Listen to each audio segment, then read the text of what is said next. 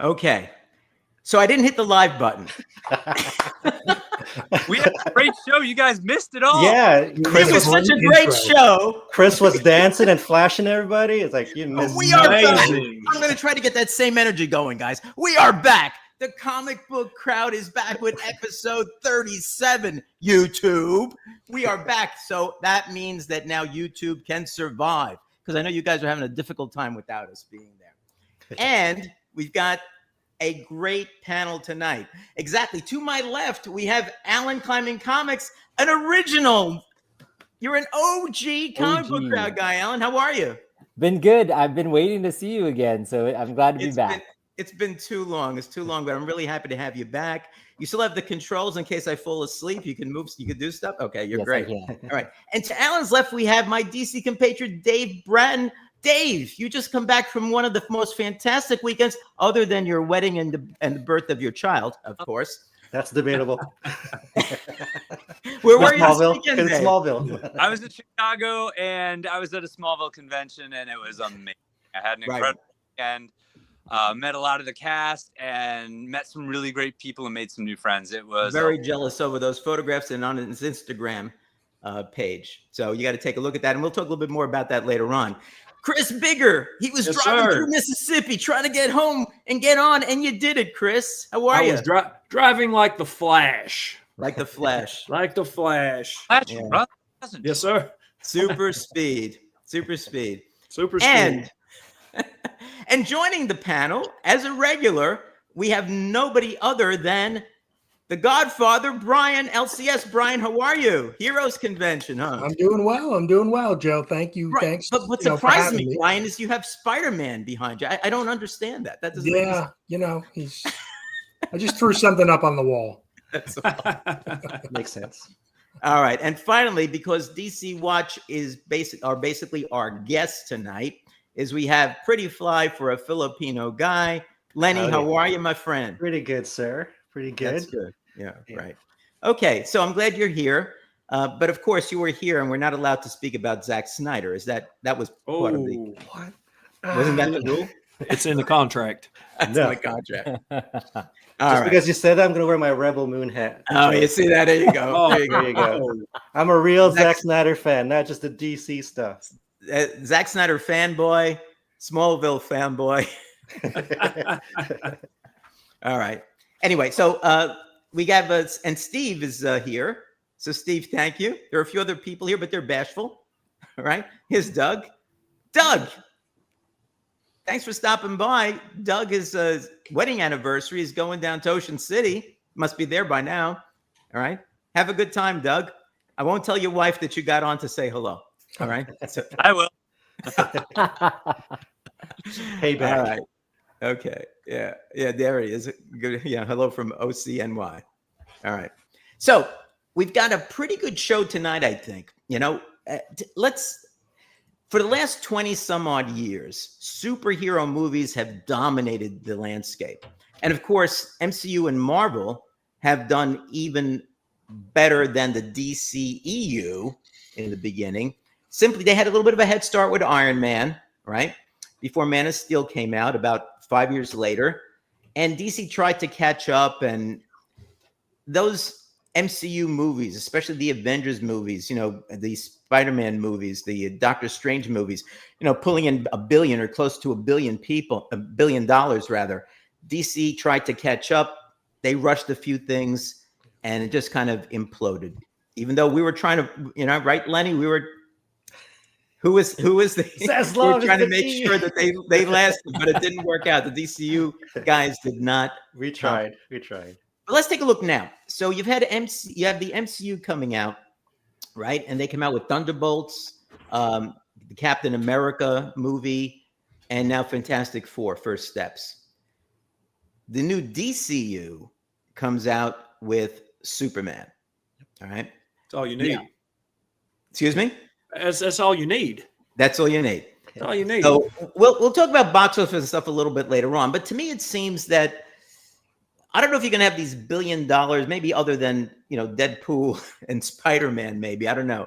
I don't know if you're going to have these $1 billion movies anymore. And we'll talk a little bit about that.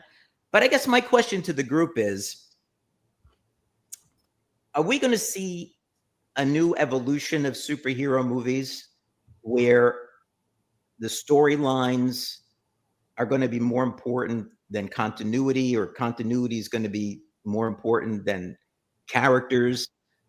Or are we really just have a blip now where we've got some pretty decent movies that have come out, like Fantastic Four and Superman, especially? I didn't quite like that Captain America movie. It was a Falcon movie, in my view, but that's, you could read my review. You can watch my review. Or, or is it just like a blip? Are we still kind of on a downturn? Is it something where we're not going to be, seeing these type of movies anymore? Are the studios going to kind of slowly move elsewhere, or really reduce the number of movies that they're going to make? So what do you guys think about that? I mean, you think we're at a precipice? It looks brighter to us now, or is it still something where we got some real problems and we're really not sure that we're going to make it? I would have to say, like, I think some of the biggest changes we'll probably be seeing is the way budget will be treated in the future upcoming movies, because I mean, we've already seen it. They've cut down the amount of productions, and their plans have been diminished. And if the studios are smart, they probably shouldn't be expecting billion-dollar movies anymore. If your movie needs to make at least $700,000 to break even, that's not going to be. I don't think that's viable anymore, because it's people's habits, viewing habits have changed in terms of going to the theaters. Yeah, we have a lot more competition now with people's attentions, and so I think in terms of financially, I think we're going to see a big change. And with that said, we're probably not going to see the grander movies. Probably going to be a little smaller types of movies, like Fantastic Four, and even Superman. I think felt kind of small, but that's probably. But what do you think? But you're always going to have fanboys, right? That are going to like these movies, right? But if you want to have it to be successful, are you going to be catering to the fanboys? See, to me, Superman probably made some money, right? But if you're looking at Superman, I think it was a lot more for the traditional Superman fanboy. Right. Fantastic Four, I think, similar to that. Right. And they were the two more successful movies out of. They already have us as fanboys. They already have us pretty much. Yeah. At least we're gonna check it out. It's the general audience that they really need to, because like Superman suffered because it wasn't well received internationally. Right. It's a lot of just a lot of homegrown. All the success is kind of homegrown. You know what I mean? Like, so if the movie's good, you'll get the fanboys excited, and when the fanboys are excited, then the general audience will start maybe seeping in, maybe like in the following weekend and all that stuff. Because right now they do well on opening weekends, and the following weekend, this is all the fanboys that have gone to see it during these movies during the opening weekend. But it's the general audience that they really need for these to be successful. They do. Joe, to go back to your original question, like, what are the studios thinking? I think they're trying to figure it out. They had this paradigm that was working pretty well for them. And even Warner Brothers, when you look back, they weren't happy with the money that was coming in. They would take that now. They're that now. Man of Steel made more money than Superman, and that was a little disappointing. And now the new Superman movie's considered a hit. So things have shifted, and they're trying to figure that out. Lenny's point is a great one. They're clearly spending less money, maybe not on the actual films themselves, but on the slate. They're not pumping out 4 or 5 movies a year. They're down to, 1 or 2. Mm-hmm. And honestly, when it came to Superman, it's one of the most recognizable characters. And I one of the things that excited me about the film is how many young people, I work with high school students, how many young people really love the movie and therefore like the character. And that they need that. You've got to, if DC's shifting and they're restarting and they're rebooting, you want to reboot it right. Batman Begins did not make a huge amount of money, but it was a really good movie. So by the time The Dark Knight came out, that's when that started to rise in terms of their profits. And that's a good point, I think, Dave, because you've got Superman. Everybody knows Superman. So if you had a good story, right, Yeah. which I think it was, Yeah. you know, it was a good, I think it was a good story, good visuals and good storytelling, you know. Some people may not agree, but I think it was a fairly good Luthor, you know, with respect to things. And so people kind of knew Superman, and what Gunn presented was the traditional Superman, even with the trunks. Mm-hmm. On the MCU side, you know, like Quantum Mania, for example, when they did that, I think they're kind of suffering, you know, through trying to get these movies out and get, you know, their storyline going. With respect to that. So I'm just wanting to throw out to the guys here, is this continuity thing going to be a little bit looser, where they're going to focus in more on the movie and on the character, you know, and keep kind of a storyline going, but not make the continuity and the storyline be the be all and end all? I mean, MCU, I don't know. DCU, No. what do you think? Well, in terms of having a continuity, I think we've seen that a lot of the positive feedback from Fantastic Four is the fact that it's their own thing. You didn't have to do homework to really watch this movie. You know, you just have to. It's almost like it's a standalone, pretty much. Of course, they're gonna connect it with a grander MCU universe or a franchise, but you know, for the most part, people have enjoyed Fantastic Four because it was pretty much standalone. Even Superman, you know, it's like it's the first movie. It's gonna blossom to other things, but for the most part, you know, it's a standalone. So Brian, you're more of a Marvel guy, right? Than a Yes. DC guy. Yeah, definitely. So what do you think about the way Marvel is going about their movies now? They're working towards the Avengers again. I mean, is it working for them? You know, I think you look at the Spider-Man movies, right? I'm the Spider-Man guy, but Yeah. you look at Tom Holland's Spider-Man movies. All three have had very big box office success, but they don't really tie into the larger MCU. And Right. you look at any of the villains from those films, they didn't play a larger role. Spider-Man did in Avengers Endgame and things like that, but not so much the stories that happen. So I think for me, I think that's the model that Marvel needs to move forward with, where it's not so connected. Yeah. I think we saw that grand plan with Endgame, and I don't think you can duplicate that again. Yeah. You're not going to get people to, you know, watch 8-10 movies to then culminate in a big movie, because there's just too many viewing habits have changed. You know, post COVID, we have so many different streaming services, so many different options to be entertained, that I don't think you can expect an audience to come along for, you know, 8-10 movies and then, you know, have one big movie with all the characters. One of the big things that I think is a problem with Marvel, and I keep on going back, I keep on going back to the new Captain America, the old Falcon, you know, the whole thing like that. You had these great characters that were built up, you know. I mean, Iron Man, Tony Stark, right? You had Captain America, Thor, the Hulk. You had, you know, and you had, you know, some more the Black Widow and Hawkeye, a little bit more supporting characters, you know. So you had like the major characters there, and now, you know, they're trying to make the Thunderbolts. Yeah, we're the new Avengers. You know, I don't. To me, one of the big things I think that DC is trying to do correctly now, and hopefully MCU can correct it, is that they're still going back. They rebooted, so they're going back to their big guns. Essentially, they're going to throw in some other stuff, but they're going back to their big guns. I don't know that I care so much about the Thunderbolts and those characters that are there. You know, I mean, go ahead.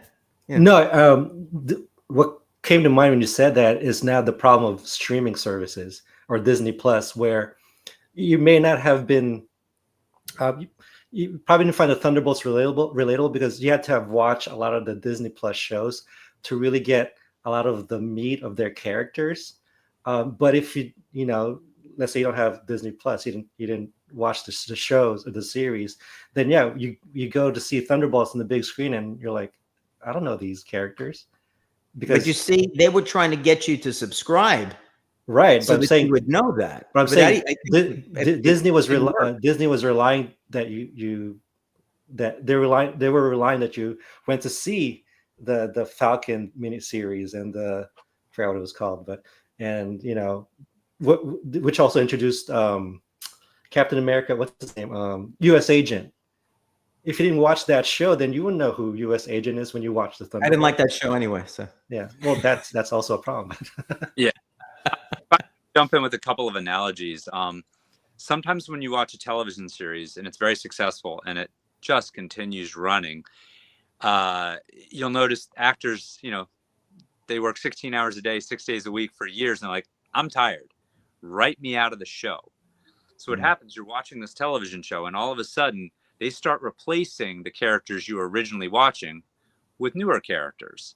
And over time, you're like, well, these aren't the characters I necessarily fell in love with. It doesn't mean that the new characters are bad. It doesn't even mean they're not just as good, but they're not the ones you fell in love with originally. So over time, you're like, well, this show that I've been watching for 9 seasons now, almost none of the people I liked are in it. So I'm changing the channel. yeah. And to go back to what Marvel did, Joe, using an analogy I think you'll appreciate, it's like going to a Yankees game and Aaron Judge goes 5 for 5 with 3 home runs. That's what Marvel did. That's what they did. What they did, lightning in a bottle with that first set of movies. I saw a comment earlier talking about how it built up organically. And part of the reason it kind of felt that way is they didn't have this grand master plan, from episode 1, we're going to have Thanos at the end. They were just putting him in there as an Easter egg originally, and then it became something. Well, yeah. But, to watch Aaron Judge go 5 for 5 with 3 home runs. And then if you go back the next night and you expect Aaron Judge to have that kind of game again, you're in for a rude awakening. Sometimes those things come once in a lifetime. And I don't know, I'm not saying it can't happen, but what Marvel did was unbelievable. And for DC to even think they replicate that, just do the best you can, make your money. You're not gonna accomplish what Marvel did. Marvel didn't expect to accomplish what Marvel did. Dave. So Alan, where do you stand in all this stuff? I mean, I don't know, are you a Marvel guy? Are you a DC guy? You're kind of a down the middle guy, aren't you? I'm kind of down the middle. He's an independent image guy. I'm an image guy. But we are definitely at an inflection point, right? Because I feel like DC definitely has the opportunity with James Gunn to restart. And I know he wants to do the good stories from the comics and redo some of those, but it's mostly about the storytelling. What I see that Marvel is doing right now is kind of hanging on to the laurels of the past. Like they've mentioned, of course, you can't touch that. That was perfection in terms of how we built up movies over 10, 15, 20 years. But it's one of the inflection points where I see we do need some sort of reset, because I feel like there is, I know we'll get to this later in the conversation about some sort of fatigue, but we definitely need some sort of reset to be able to introduce new characters on their own. And I think, like Brian said, Spider-Man did really well. I think it's, maybe it was bad that Sony owned a lot of their rights for a while, but it was kind of good in terms of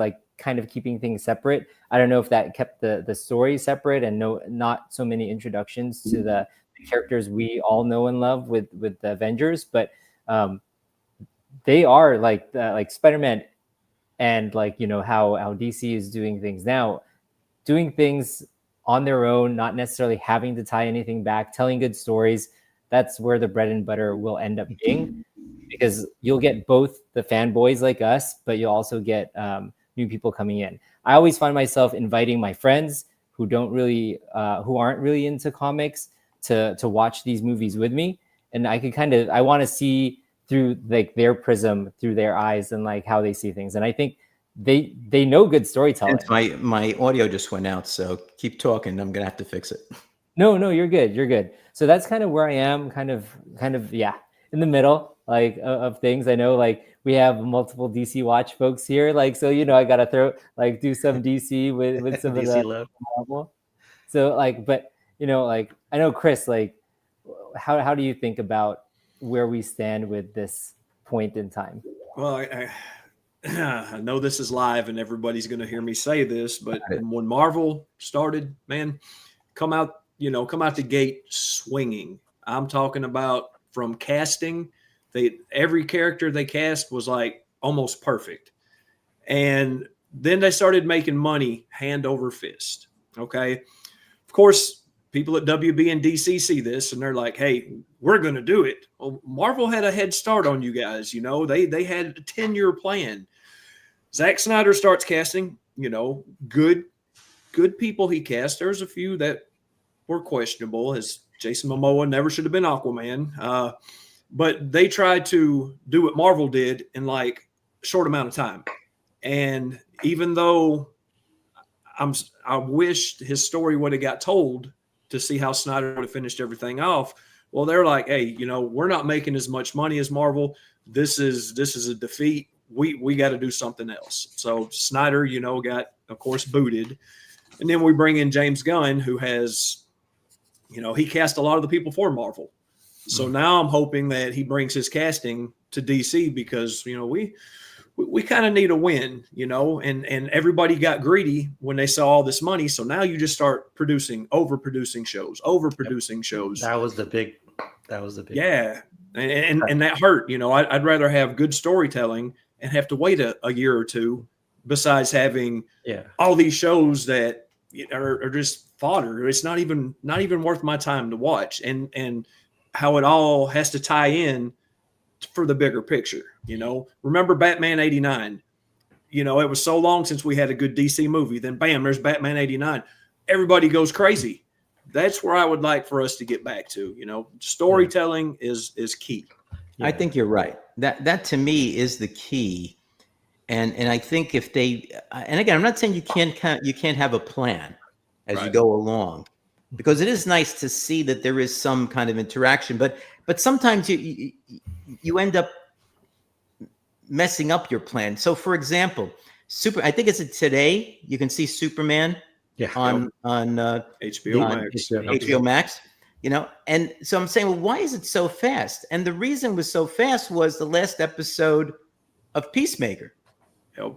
Because there was some stuff in Peacemaker that kind of reflected. I won't go into it, Alan. No spoilers. They kind of reflected a little bit in the Superman movie, from the Superman movie, and so as I understand from what I've read, they sped up Superman because he thought that Peacemaker was going to come out later, and it didn't. And so to me, that's part of some of the problem of putting together a good story and then, kind of intermeshing it because it's there. Now, again, you can watch Peacemaker not having seen the Superman movie, I think, anyway. Yeah. Oh, yeah. But because of that kind of little bit of a continuity thing, his feeling was, well, we got to rush it so that somebody, if they were going to watch, they can watch the movie and then they could watch the Peacemaker thing and they'll understand kind of this, kind of relationship back. I think that's part of what causes problems to begin with, at least in my view. And definitely. Definitely. I think that's to say the Eternals for Marvel, right? That failed. That wasn't well received. And so when you have this interconnected world and you have a flop, then that kind of breaks your plan, and it may, your average viewer may then, go away from what you're trying to build. And so unless everything's a home run, you can't have this very close interconnected world or storyline, because like I said, if you have a flop, then the domino falls. So yeah. Well, because I think a lot of it, and just to go back to what Chris and Alan said, is just greed played a big part in why the MCU is where it's at right now. When Disney Plus, pandemic, they decided to launch Disney Plus, and they fell in love with the Netflix model of just having the money just for themselves. Doesn't have to go to a movie chain and other ancillary places. So what did the CEO at the time, Bob Chapek, did was like, all right, just keep cranking them out. Doesn't matter if they're good or not. Just a conveyor belt of series and shows where it watered down the Avengers. It diminished because a lot of them weren't home runs, except for WandaVision, in my opinion. So once that label has been watered down and the luster is gone, then now you're expecting people to watch these movies and spend even more money. It's like, no, but had they just like imagine had we just stop at Endgame and then pick back up at Fantastic Four and not have all the stuff in between. I know we like Spider-Man Far From Home is good. I don't want to leave $2 billion on the table. Yeah, I know, but a lot of that played because we saw old, Spider-Man stuff. But I'm saying, imagine they had a plan because now with Fantastic Four they seem like they have a plan again. So had they just picked up with Fantastic Four after Endgame, I think they'd be in better shape. Sorry, Joe, I just gone. Sorry, Joe, go for it. Yeah, I think it was the money play. Everything that I've read says it was a money play. They felt that they can do that, but most of the shows that they had, the Marvel, in my view, were like fillers pretty much. Yeah. And they weren't that good. They really weren't. She-Hulk, I had a lot of expectations for, and it really, it's pretty bad, Captain America and the Winter Soldier, I think it looked like it was supposed to be a movie that they just cut up into episodes. It was. It wasn't even a TV show. Yeah. Miss Marvel, ups and downs for me. Independently, they didn't stand in my view, and so that was the problem because, as Chris was saying, the story is important. So you want to have the story, and then if you want to have some continuity, you can have it underlying, with respect to that. But Brian, you're right. I love Spider-Man. You know that. I gave you some Spider-Man things, and I have my collection. He was one of my favorite characters growing up. And the Spider-Man movies are done well, but they are self-contained. Right. They are self-contained pretty much. There's a little bit there, but the story is self-contained. It's a Spider-Man story. And I think that's what makes it so good, for people that are there, because they really spend the time to develop a good storyline. Yeah.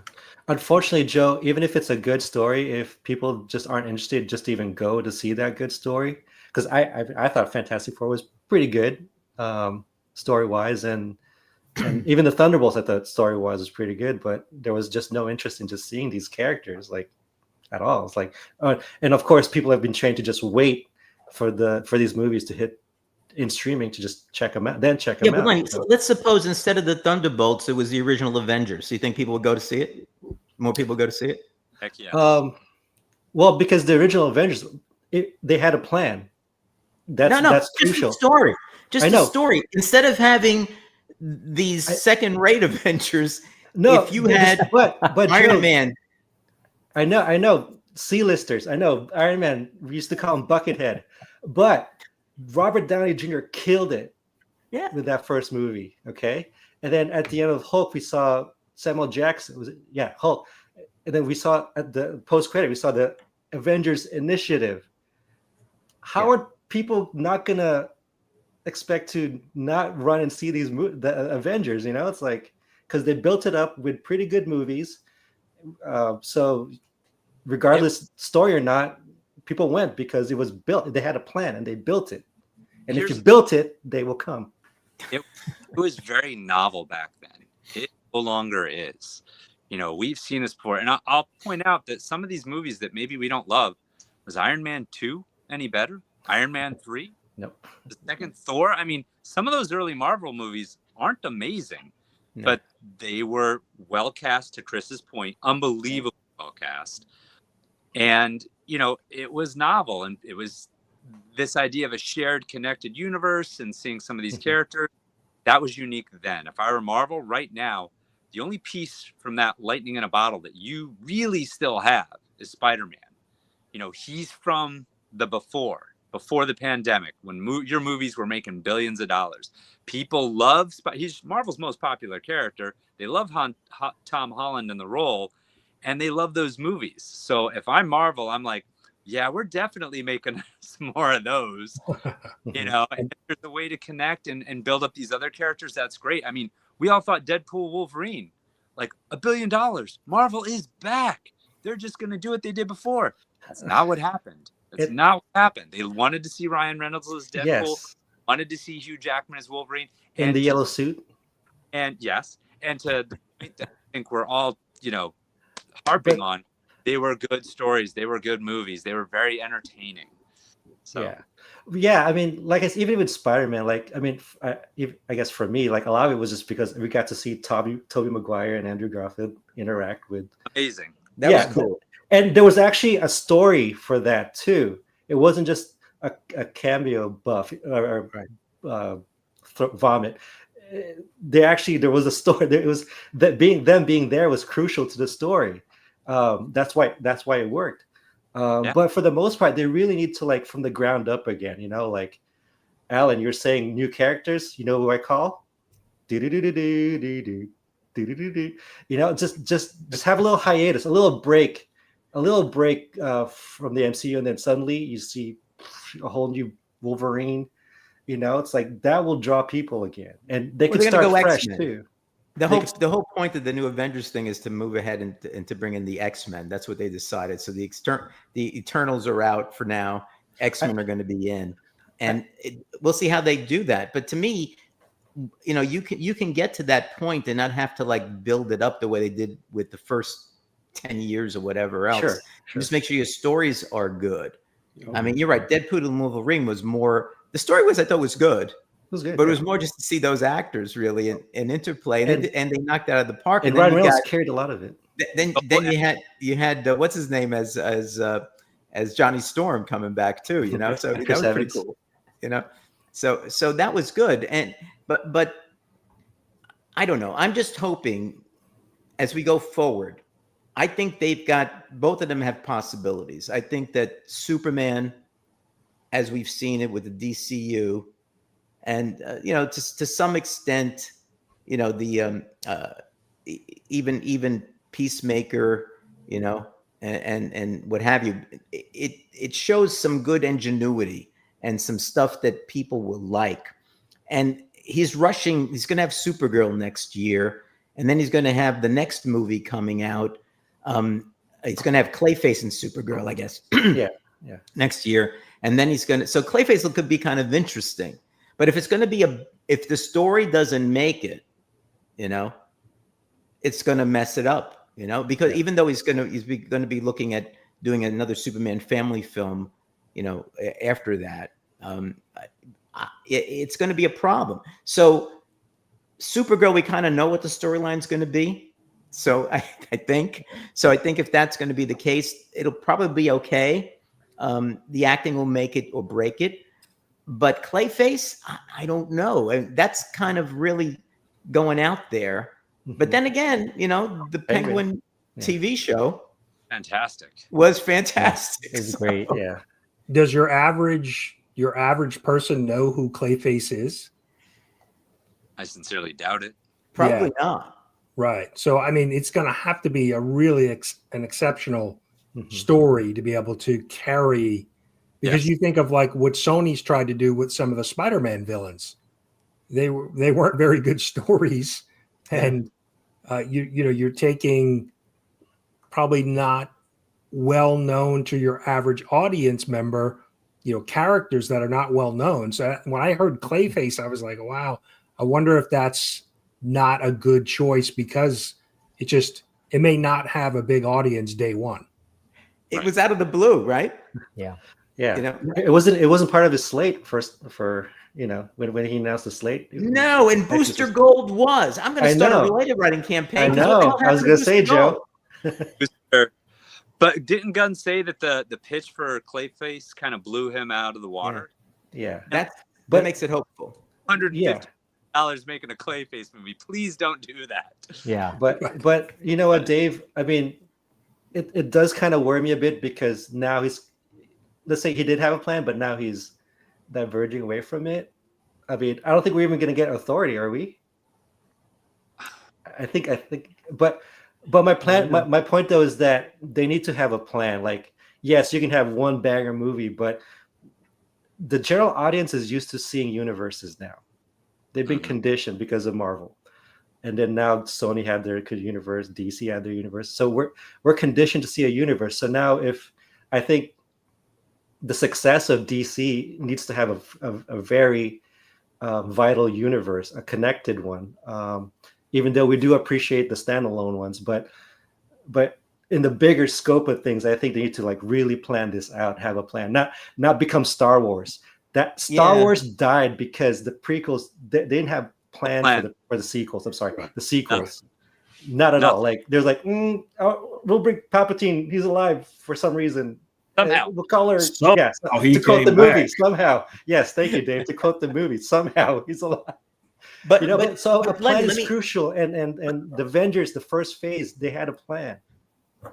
Sorry, and to your ultimately, what that is, when we talk about the shared universe, and we can, wax rhapsodic about it, it's a team up.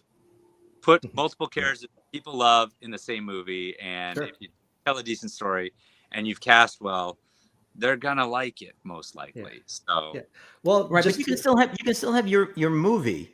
I mean, think about comic books, right?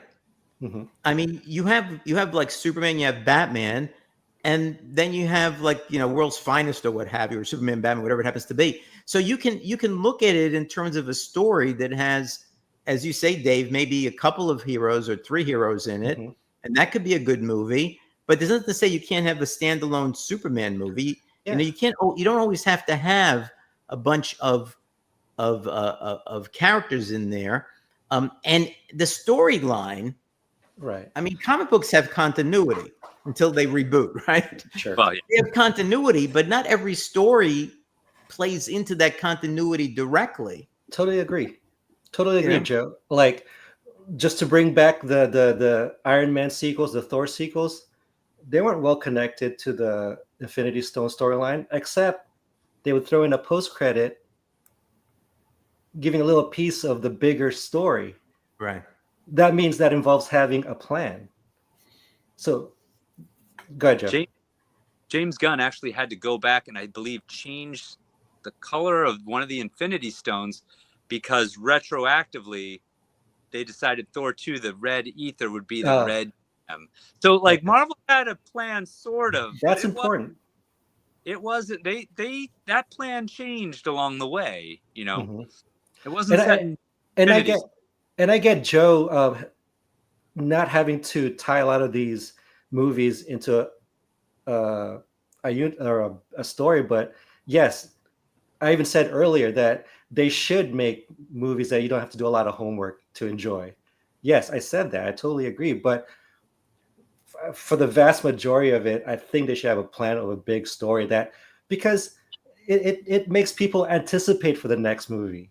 If you have like a cliffhanger, like the old school, like even back to Batman 66, there's always a cliffhanger to same bat time, same bat channel, because they understood that having a cliffhanger would.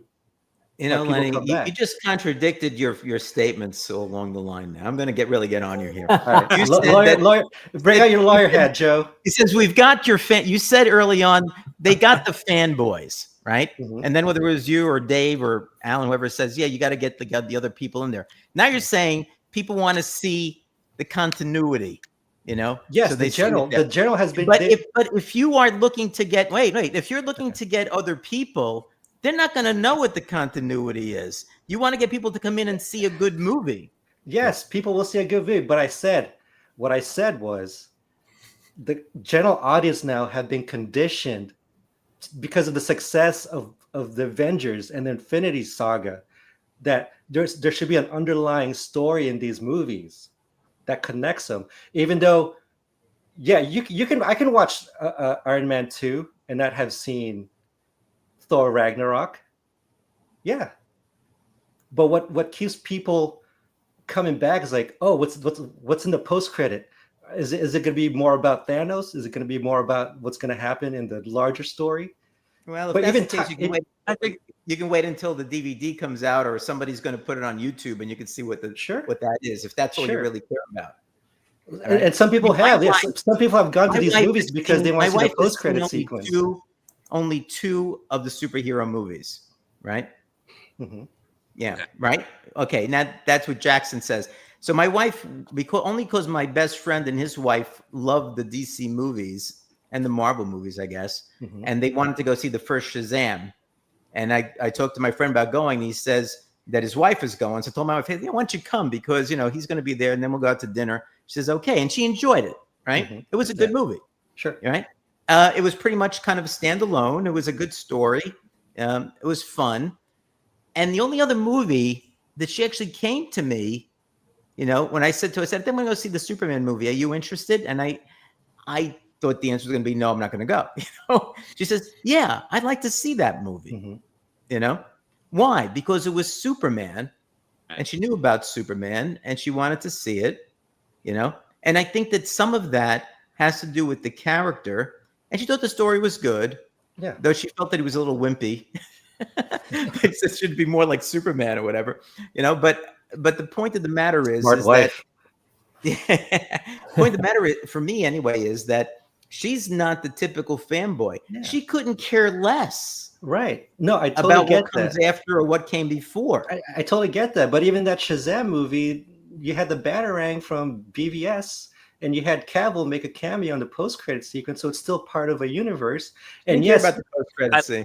but I'm saying you may not care, but like your wife is not a comic book fan, but a lot of people, a lot of the general audience have become comic book fans because of these movies, and they've been trained to stay on this franchise for the bigger story. Why'd you zoom in? He's emphasizing his point. Oh, you know what? Because the AI on this camera, like when he sees like a certain hand shape, I think. Well, he was making a point right there. Wow. Yes, dramatic zoom. Even on a live show, I can edit, guys. But those are great moments in the Shazam film, and I liked them. They were a lot of fun. But I love that movie. Take those moments out, and I'm still loving that movie because I love the story. I love the character. So, I mean, I think it's like extra spice, extra sauce. But I mean, going back to that very original, just make this good, entertaining, emotional film. Like if your audience doesn't feel, to me, that's the worst crime your movie can commit, is if you just don't feel anything. Right. So yeah, I mean, you know what? Even when people that make these movies don't get on these, okay, let's make a bad movie. They want to make the best movies they can make. It's just that some just don't live in our expectations, But I mean, Marvel keeps hiring these directors with no experiences, and they give them these big budget movies. Yeah, of course they're gonna not live up to our expectations, Well, I'll say something, Brian. If you were running the MCU now, do you think what would you do differently than what they're doing? I would take a step back from the interconnected side of it and just use the films to introduce characters, and then maybe you tie them in at some point down the in the future, but not have so much interconnected storyline, because I think that's, like I said, I think that's the issue, is that we had Avengers Endgame, and now we're trying to duplicate that, and I don't think will ever be able to do that. Yeah. And so use your movies or even TV shows to introduce characters, give an origin, so that people can understand who the characters are. Besides the fanboys, they can understand the characters, and then move forward with maybe a larger storyline that involves the additional characters. And Brian, here's the point: if they go through this now with the two Avengers movies, and they flop, right? And I don't know what flop means. Let's say they make very little or no money. Right? Yeah. Right. Yeah. Right, Chris. We said that's what we're kind of driving at over here. But Lenny's on one side of the fence, I think. Even FF is part of a bigger story. I mean, but Fantastic Four is only part of the bigger story because of the end credits scene. But that's what. Right? No, I'm not saying not to have like their own story. I'm just saying you got to have even if you're making these movies, you have to have a plan where these movies are going, like as a whole. Like look at Sony. They don't have a plan with their villain. Like it never led up to like a Sinister Six finale with Spider-Man. They just have like one-offs that didn't mean much. Well, but if they had Spider-Man in those movies, even a small piece of Spider-Man in those movies, I think it would have been different. Would have helped. Yeah, would have helped a lot. Oh, like Spider-Man in that Craven movie. Oh man. Yeah. So I mean, I think Brian, you're right. I think they need to step back, and I think they're going down the same route. I forget who it was. Was it Alan? Somebody said they seem to be trying to duplicate what they did before, and as a practical matter, if it doesn't work for them, this next set doesn't work for them, they've already lost so many years with those TV shows and, running. They've changed everything around. They've had so many pieces of that planned storyline, Lenny, that they had that they've just now thrown out the window. They didn't have a plan. That's the thing. That was the problem. Yeah, well, I mean, their next film. No, because they had to scrap it out because they lost Kang because of the actors, outside issues. But that whole Kang thing wasn't working for them. Quantumania was a sucky movie. Yeah, it was. Because they were setting up Kang. They didn't do it well, though. That's a problem. Good stand. But it doesn't mean you abandon the idea of connecting them because your second try didn't work as well as your first one. Yeah. Sorry, Dave. No. To your point, that Quantumania was not a good movie. Yeah. So, I mean, a plan great, but you got to build the plan on the backs of your really good individual film. You know what? You know why it wasn't a good plan, Dave? What's that? Because you know why Quantumania wasn't a good plan? Because they already defeated the main villain in that movie. Ant-Man defeated Kang already. It's like, oh well, all right. So there's that Thanos. He was formidable. He was intimidating. Even those little post-credit sequence, you're like shaking in your boots watching him. But and then they play him out to be goofy and low-key. Hey, so there was a council of Kangs. There was no council. There was, so they defeated one. There was at least 2 million others that were there. There you go. That made it more interesting. It was not a council of Thanoses. I know. So now we didn't like this one. Now there's gonna be a more badass one then. But Doctor Doom is better than Kang, I would think. Most sure would feel that way. Sure. Yeah. We'll see how it goes. Yeah, and for me, like just looking back, and it saddens me. I don't know if you guys agree, but I think we've already seen everything that this genre has to offer. Now that's a good statement. The question then comes down to this, and maybe we can end up with this question a little bit, but it's like it has the genre really played itself out? And if it has, is it because of the interconnectivity? And can we just say, if we get rid of the interconnectivity, you might still have good movies like Superman or Fantastic Four that'll make some money. I think Superman, what did he make? About 150 million or something like 125 million, something like that. So that's a nice piece of change, right? It's 600 and some odd million, but profit was 120 something or other. Yeah. I forget what it was now. I don't know about Fantastic Four, but I think it turned a little bit of a profit as well. Mm-hmm. So is that where we're going to go with this? Because basically there's been fatigue. It's predictable now. Yeah. And you just can't do what you did before. It was like a one-shot thing. Marvel did it well, and that's going to be it. Yeah. Because what do you think, Alan? No. To bring up like how things like I do feel fatigue. Let's just say like I was looking at this chat. I forgot about Blue Beetle. I forgot about all of these other like movies that came out and all of these other characters that were brought up, and they were individually fairly good movies. Like, you know, sometimes I sit after watching some of these movies. I watch YouTubes about 100 Easter eggs in this movie. We don't necessarily need interconnectivity. There's hundreds of Easter eggs that'll tie it to something somehow, and only like the fanboys will really get into it. But because of I think we have seen most everything. I do feel like it's time to make a change in how to do these types of movies. Yes, choose individual movies. The one thing is, there's so much storyline from the comic books that we could pull from. And I know All-Star Superman was pulled on for this latest movie, and there's going to be the Woman of Tomorrow for Supergirl. There, as long as we know stories that work, as long as we keep pulling on the stories that work for each of these individual things, we know that the fan base for comics worked.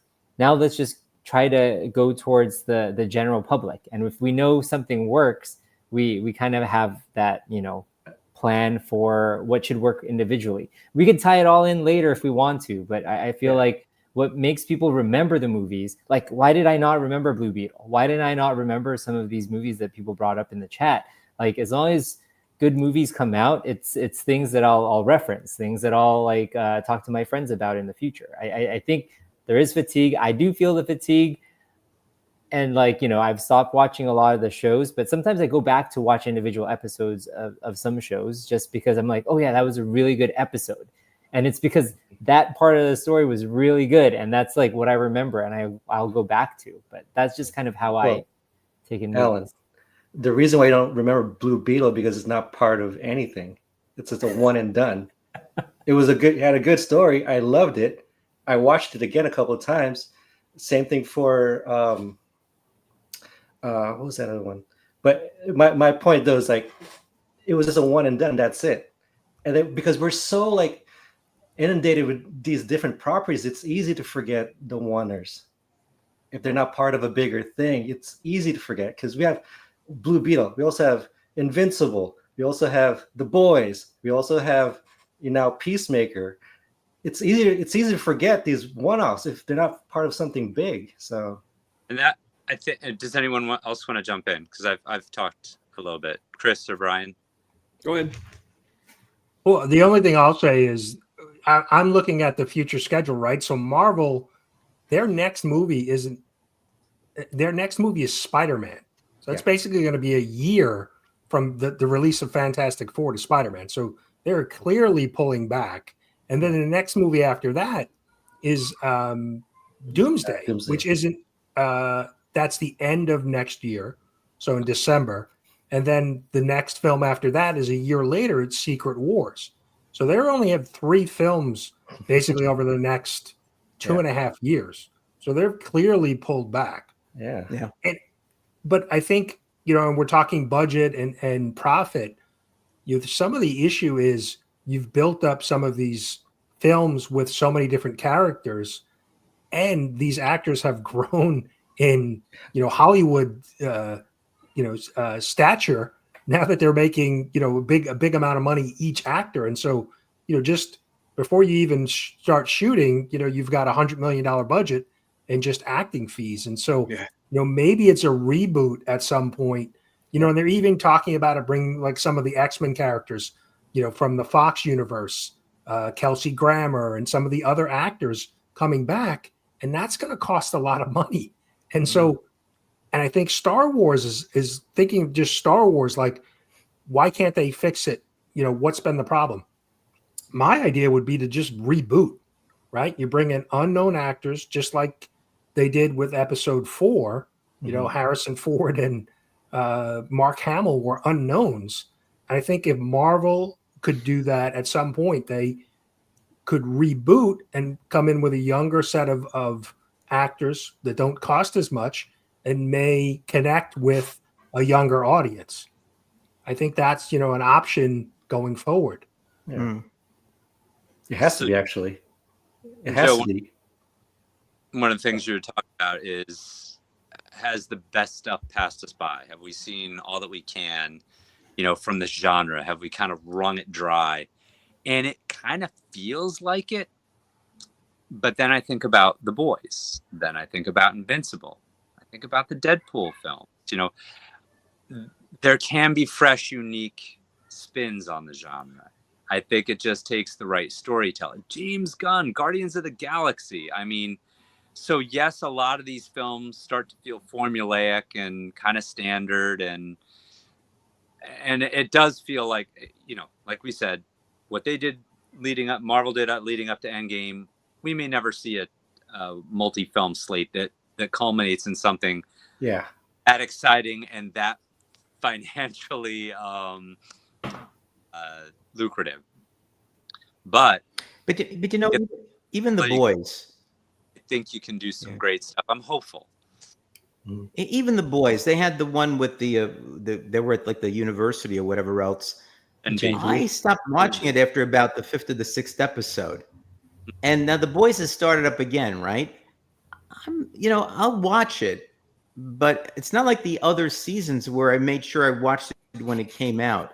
I feel like, I'll watch it eventually when I feel like it. I'm kind of burnt out on that whole thing as well, in some ways. In a lot of the Marvel ones, I would say right now, I'm okay. Fantastic Four was different because I felt it was a throwback to my time, But with the other ones, I would have been okay just waiting for them to go on Disney, so that I could see them there. I mean, so I don't have that anxiousness about it. I did for Superman and I did for Fantastic Four, but I don't know I don't know. Avengers Doomsday, I'm kind of curious, but I don't know. Gen V, that was it, Steve, right? Yeah. I don't know. After about episode 5 or 6 or whatever, I just kind of, I'll probably watch the end of it because I know they're having a new season and see how it works out. But it's the same thing with some of the movies. I'm not that excited about seeing these characters. I'm just not. Part of the problem is that I think it's the whole corporation kind of taking over movies. Like there becomes the movies. They're not movies anymore. They're content. They're it's not like they're just relying on properties. Like they're not willing to take risks. Like Iron Man was a risk. Nobody really knew who Iron Man was. We know who he is, but like even Star Wars, like go back to its inception. Star Wars was like passed down by like 4 other studios before it got to Fox, and Fox took a risk.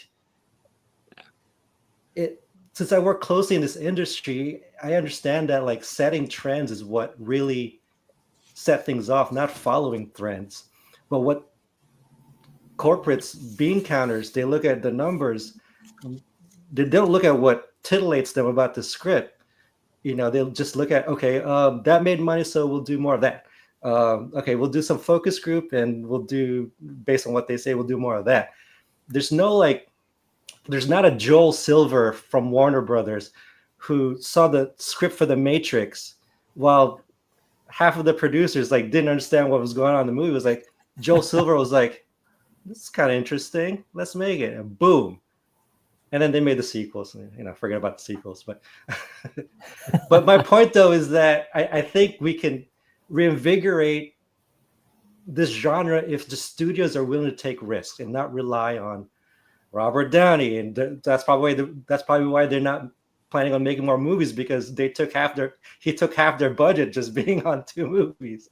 So they can't afford to make any more movies aside from Spider-Man, which is a big. But you know what I mean? Well, Chris, something is lost from the streaming started and until now. Like there's no of that creativity in the studio system anymore. It's just all corporate. And then Warner Brothers is about to be swallowed up by another company. We don't know yet. God forbid it's Netflix, but it's like, so now it's going to be. We're diminishing Chris, the I don't amount know. of outlets. I don't know that it's half empty. I'm sorry. Right. Yeah, I don't know that it's half empty. I think we're all rooting for it, but we obviously know better than the studios, and we're just trying to give them the advice that they need. That's that's the way I kind Take of risks. We are the focus group. This is Take risks, before, studios. And some focus group, right? Take Right. a risk on Ambush Bug. I'm going to try to right? sum it up. Come on. Well, Hey, they're I still love Ambush Bug, but I just came across this one thing, because we always, they always. I mean, Marvel's done such a great job and all that, and every year, Marvel. I mean, I had this series of videos with Marvel versus DC in the 1960s, and once Fantastic Four came out and all the other books came out, they just started burying DC, and the movies were somewhat similar. You had the Batman trilogy and all that, and the Marvel movies that came out were not really that good, right? And then suddenly you had Iron Man, and that built up. So almost like the 1960s with the comic books, and they started burying them. But I came across this article as I was, doing some research for this, which I thought was pretty cool. Now it's going to be a DC positive thing, but it's pretty cool. Let me see if I can bring it up here. Okay. It's a good headline. I'm not sure if I'm doing this. Did it come? Yeah, there it is. Yep, it's here. Yeah. Okay. We just need the headline. Yeah, Joe. there it That's is. all we need. So it says. Yeah. So it finally snaps Marvel's record-breaking box office streak, and it's just a matter of there he is. It's just a matter of saying I love that picture. It's the movies we spoke about, right? But it gives the amount. So Superman grossed $615, right? Fantastic Four 519, Captain America 415, Thunderbolts 382. So Marvel had the highest superhero movie going all the way back. You see here what they're talking about until this year. And I guess part of it is that Marvel is not coming out with a lot of movies, or DC is not coming out with a lot of movies. But having a Superman movie and even a Fantastic Four movie making this amount of money is looked like being a big success, And from our standpoint, I think I'm going to try to summarize this if I can. And we may not all agree with these points, but this is kind of what I heard and kind of I liked, with respect to this. So I think we kind of all agree that they should prioritize kind of emotional storytelling, over spectacle. I mean, CGI is good. It's nice, but you don't have to overdo it. The story is what counts. I think that's kind of what I heard here, and having distinct visual identities of the characters so that you're building up the characters, the way they act, the way they look, the way they speak, because that what really engages the audience and makes them want to see them again, and that Pretty Fly notwithstanding, that standalone narratives, I think, can work as and flourish alongside kind of the shared universe type of thing, Totally agree. So I think those are the 3 points that I heard you guys saying, and I was jotting down some notes actually on my phone since I didn't have a piece of paper to write down. But so to me, it's like emotional storytelling, the identity of the characters, and standalone narratives that kind of play into the shared universe. I don't know if that's a plan, Lenny, but I think that's kind of the way Sounds like I think would work. Any comments on that? No? Well, No, I was going to say, I think you've seen that, right? Thunderbolts was more of an emotional type story, right? They were kind of tapping into some, different type of topic than we've seen. And even Fantastic Four, right? It was focused on family and, a child. And so I think Marvel has kind of turned that corner. Maybe it won't be the $1 billion box office that Endgame was, but maybe it will be smaller films, but still profitable films. So, Yeah. I think Spider-Man will be the same thing, right? You've got the Spider-Man film where he's out on his own. He's lost, nobody knows who he is, that he's Spider-Man. And so I think you're going to get more of an emotional, a journey for Peter Parker in that story. So it does seem like they've gone that way, but then, what's Doomsday and Secret Wars going to be? Right. Yeah, I mean, Joe, you think I'm disagreeing, but I do agree with you. It's just that just having a plan, I guess what I mean is that when you have a plan, you make movies deliberately. Like these are deliberate, like you're not making a movie because, oh, hey, it did well. Okay, quick, let's greenlight a sequel. And then when they make the sequel, like, I know we just have to make one quick.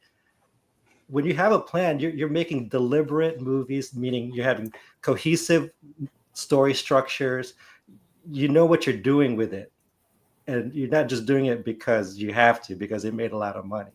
So I think that's why I think when I say a connected story, not like locked down, like you can have standalones, but with a little bit in there that kind of connects it to the bigger story. But I think I've won Lenny over to the way. No, I think you just misunderstood me on something like that, because there's a lot of caffeine in me right now, so it's easy to lose me.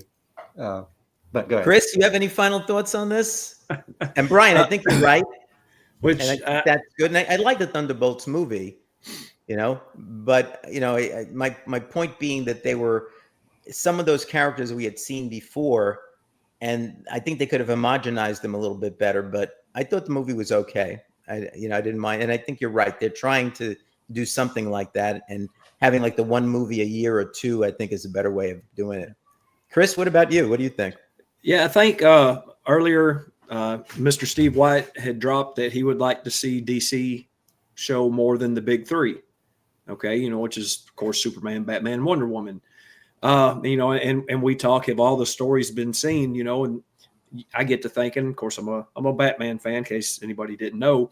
We've never had a Red Hood on the big screen.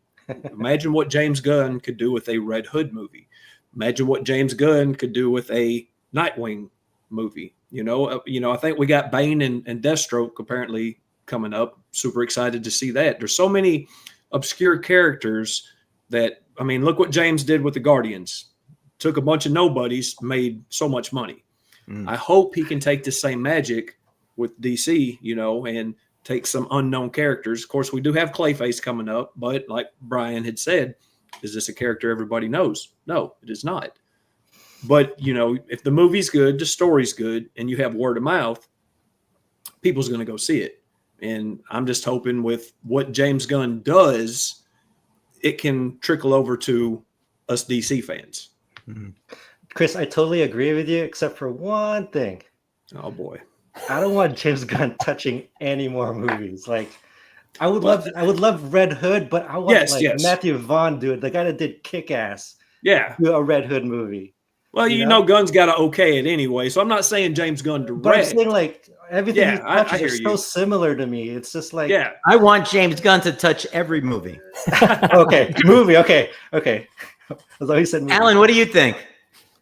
For me, the way that I see, like, we're at this very interesting time in both the life span and where we are in the life of MCU and DCU.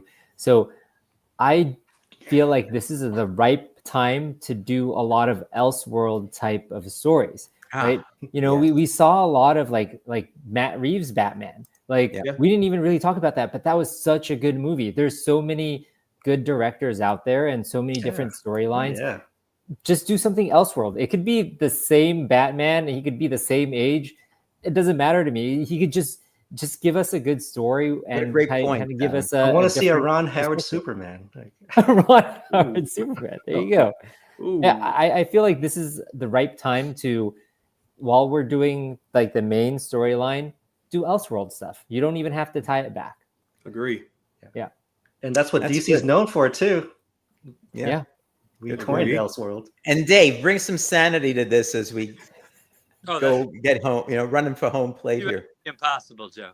No, no, I think you guys really covered it. We're fans of this genre. We love these films.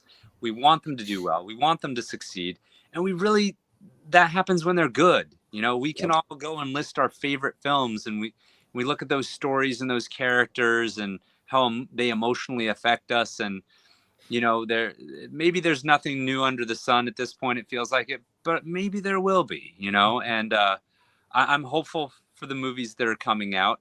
We've seen what's come before. Hopefully what comes next is equally, gets us equally as excited and keep falling in love with these movies again and again. And Monica, yes, Mr. Terrific. I thought we're all on board with you, Monica.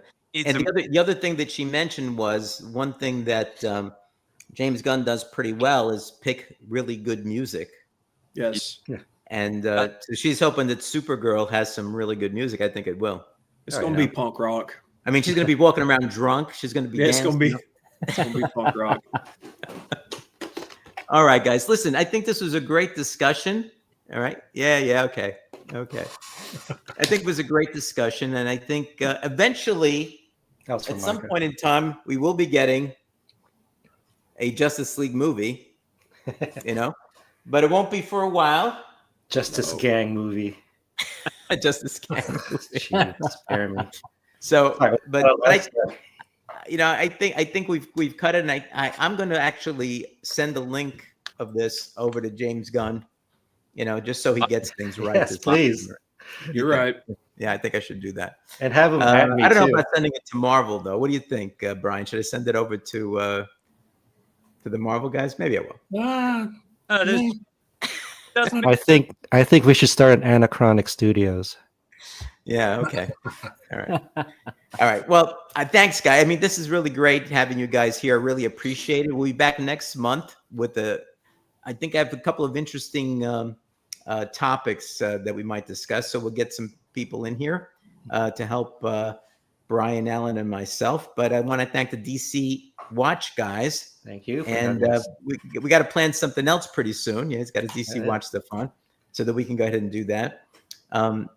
And Jackson Roykirk is going to go and catch up on the Marvel shows and movies that he skipped. All right, well, there you go. So let's go around. I mean, Brian, you've got the biggest channel here. So what do you got? You have anything special coming up? I'll be, I got some pre-recorded videos coming up this week, and then I'll be live, not this Saturday, but next Saturday, my Saturday morning show. And then we have the Comic Book Community Awards. We have 3 weeks left for voting for the finalists. Right. So make sure everybody goes out and votes. And I'm sure everybody here voted for me. So thank you, everybody. We'll announce the winners November 1st. Cool. Yeah. I was really pleased with making the finals on that one category there, which I really didn't expect, but that was kind of nice to see, and I appreciate it. Well deserved, Joe. Well deserved. Thanks for people that did that. I appreciate it. Okay. I don't know. Anybody else have anything else coming up? I know, Dave, you've got something you want to talk about. Is that okay? All right. Yeah. Let me make you big so you can spend a little bit of time. Full screen the guy. These are all weird now, these things. So, okay. All right. So what do we got? Yeah, no, so I just got back from Chicago from a few days ago. There was a Smallville convention, and it was amazing. I met the cast there. I met some really great, new people, new friends like Monica, who was watching tonight. Thank you so much for watching, Monica. And it was a blast. And if you go to my channel, when I say my channel, I know some of you watch my action figure comedy stuff. This is the Dave Bratton channel. If you go into YouTube and type in Dave Bratton Smallville, I did a video with a Smallville Patreon. He's called Michael P. So if you watched, Talkville, if you watch the Talkville videos, it's a rewatch podcast of the show Smallville. You know who Michael P. is. He and I did a retrospective about Smallville. It's about half an hour, and it is really well produced because it was cut by our own Lenny Prettyfly. So I'm really excited about the video, proud of the video. Had an amazing time at the con. And if you're a Superman fan, superhero fan, or just a fan of, some cool TV shows, I recommend checking out that video. Again, If you type into YouTube Dave Bratton in Smallville, should pop right up. Yeah, it's a DC Watch spinoff. It's a standalone. I went out on my own. Kind of connected to a bigger thing because of me, but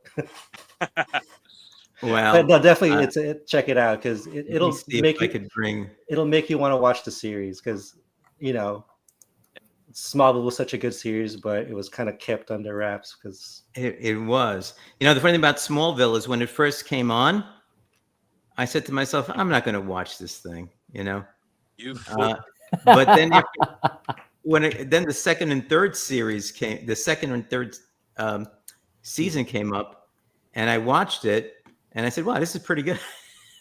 yeah. So Yeah. let me see what I got. And I kind of miss that long form series, kind of like what I used to love from watching CW and back in the heyday. Not just like 8 episodes done. All right. Yeah. Okay. Yeah, I can't seem to bring this up. I think. Let me see. This is so weird. They StreamYard changed all their stuff around, and it's really difficult for me to see where stuff is. Oh, Did that come up? Oh, Yeah. you went to my page. Yeah. This is your. I can't. I'm sorry. It's like the rules on this are really weird here. Okay, let me see. Did I get it back now? Okay. Anyway, so that's Dave's Instagram. Yeah. So if you can, he's had some great photographs there.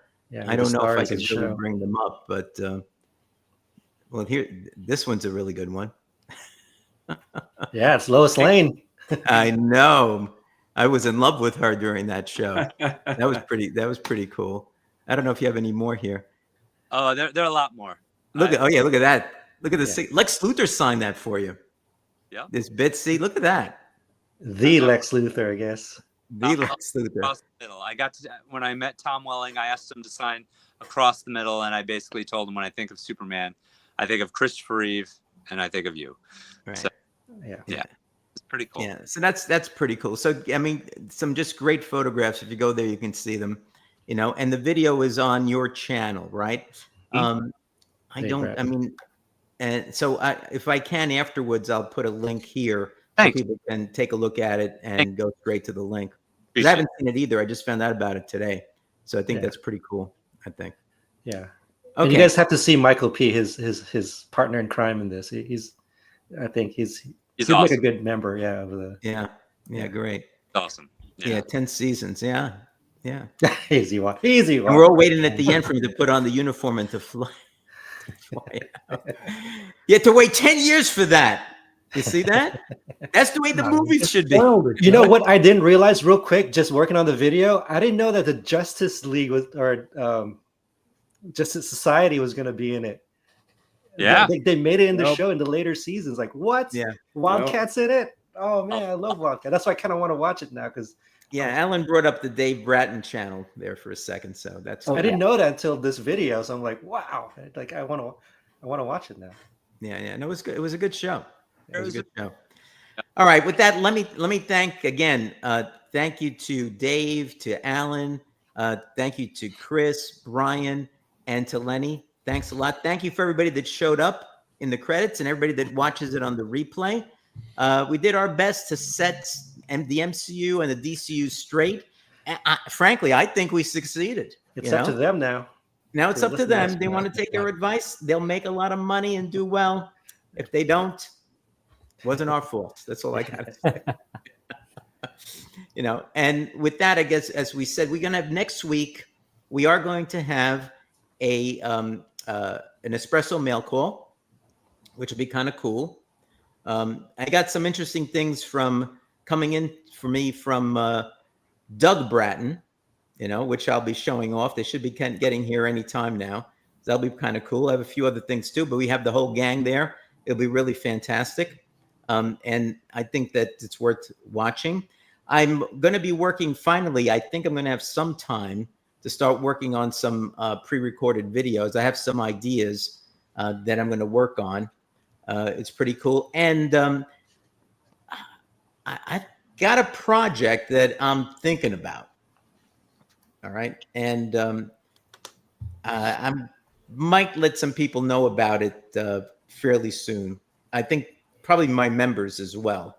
I'll probably let you guys in on it a little bit, and then everybody else later on. But it's going to take a little bit of time to get there. It's kind of an interesting project, I think, anyway. So just be on the lookout for it. Okay, and with that, again, thank you, everybody. I'm really glad we're back. We'll see you again next month with an interesting topic. If you're watching this and you want to be involved, we always have room for people to be involved in the topic. Just let me know. Send me a DM on Instagram and say you'd like to be on the show at some point in time. Maybe next month we'll bring back the Anachronic College of Comic Book Knowledge. So if you haven't been in on it and you want to try to win $25 to $50 for your favorite charity, again, DM me on Instagram. Tell me that you're interested in it, and we'll talk about that. Okay, and with that, we'll say good night to everybody. Thanks again for watching, and we'll see you again soon. Take care. Bye. Form of.